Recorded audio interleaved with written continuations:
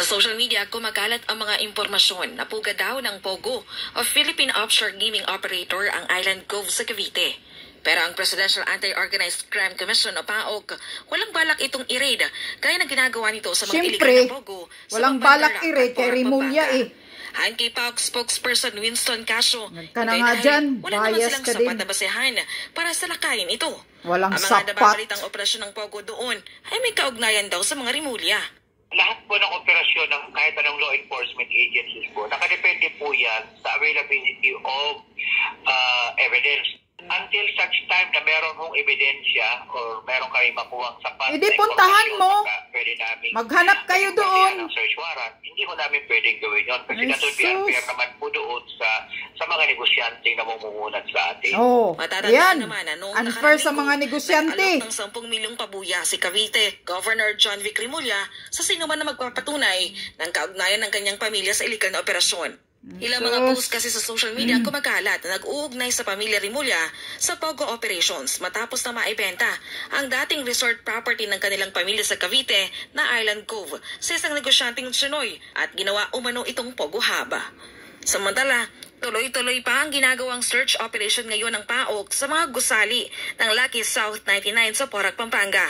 Matatanda ang sinalakay ito ng mga otoridad dahil sa reported cases ng torture at human trafficking. Target ng ehensya na matapos ang raid ng hanggang Huwebes para maibalik na sa korte ang search warrant. Sa oras na matapos ang raid sa POGO Hub doon, ay dito malalaman kung anong mga kaukulang demanda ang isasampa.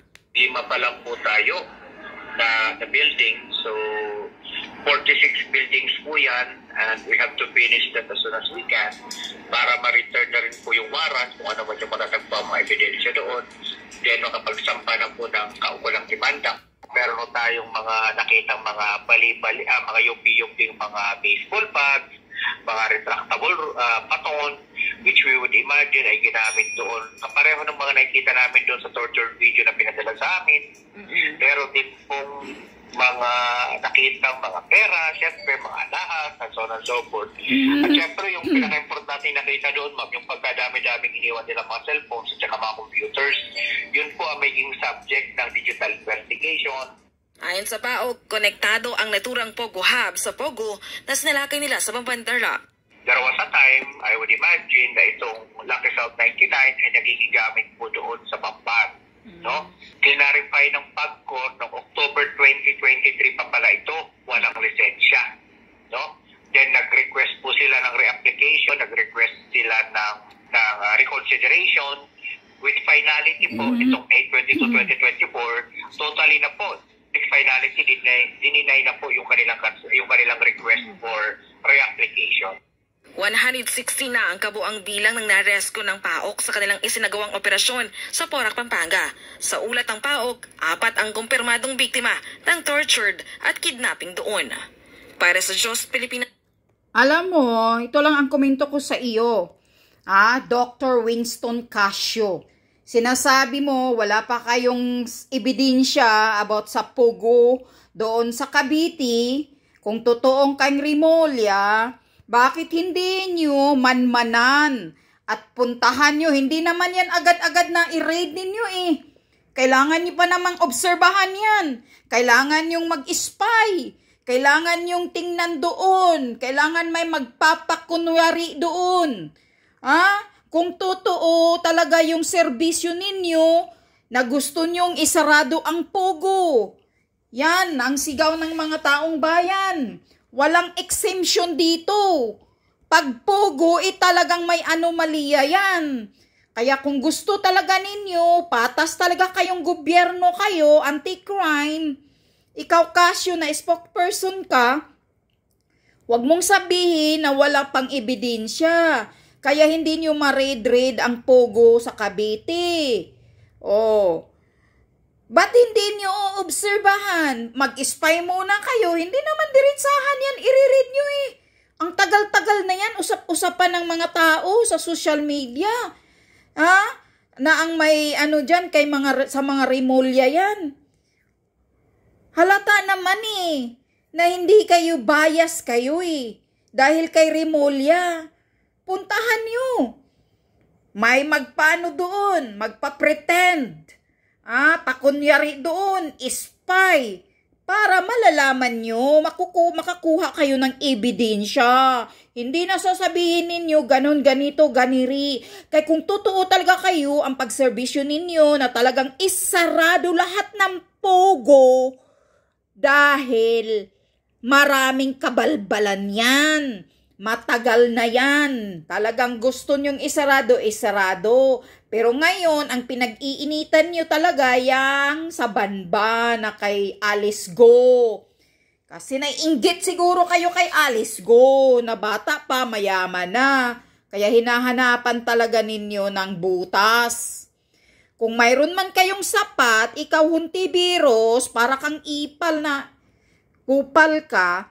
Kung talagang may sapat ka na ebidensya about kay Alice Go, isampa mo na sa korte, babaeng bruha.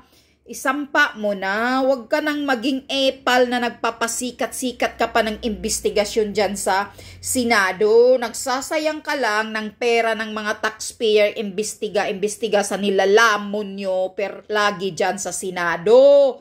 Gastos sa Senado habang nagkaroon kayo ng hearing-hearing. Gastos pa yan ng mga taxpayer.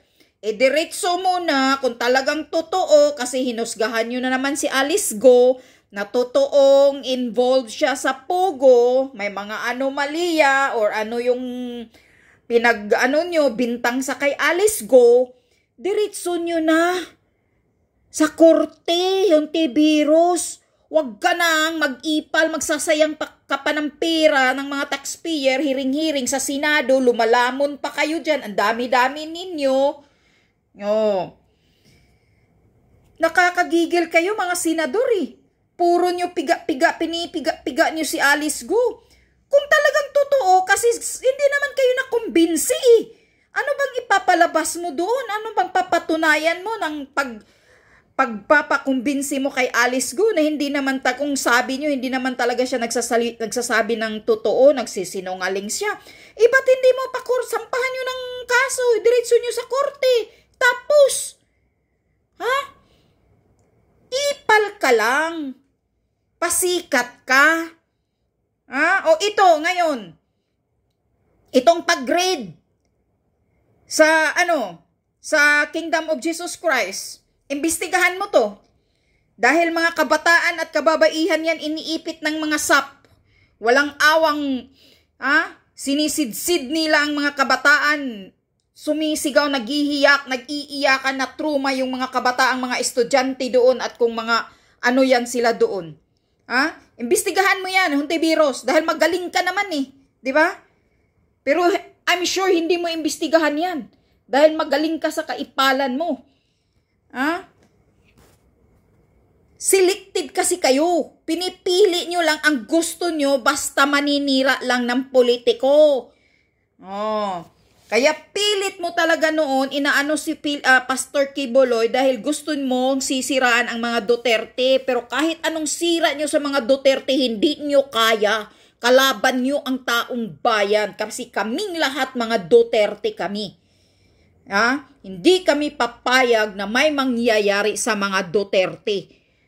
Yan ang tandaan mo, Hontiveros. Kaya tigil-tigilan mo yung pagkaipal mo. I-focus mo yang pugo sa Cavite ng mga Rimulya daw. Yan ang anuhan ninyo.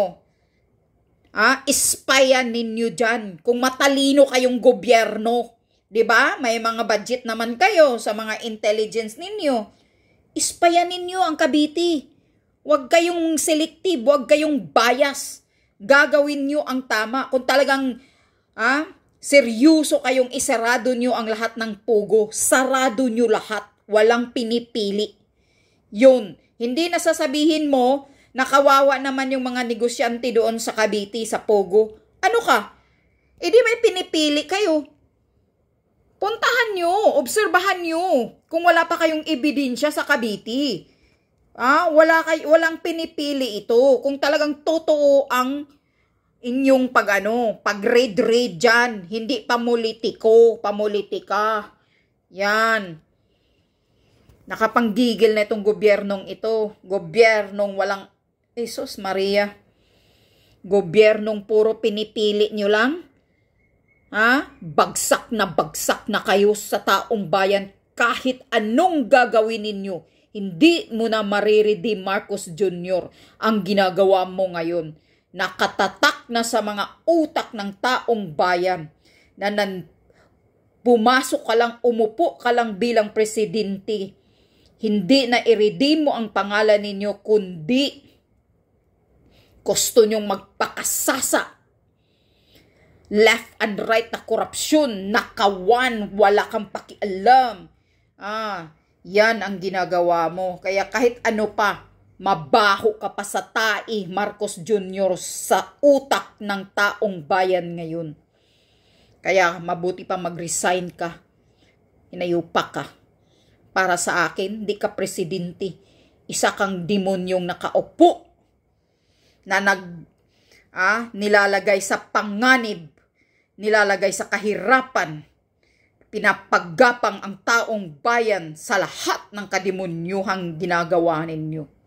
Gobyernong walang silbi para sa taong bayan. Yan ang tandaan mo, Marcos Jr.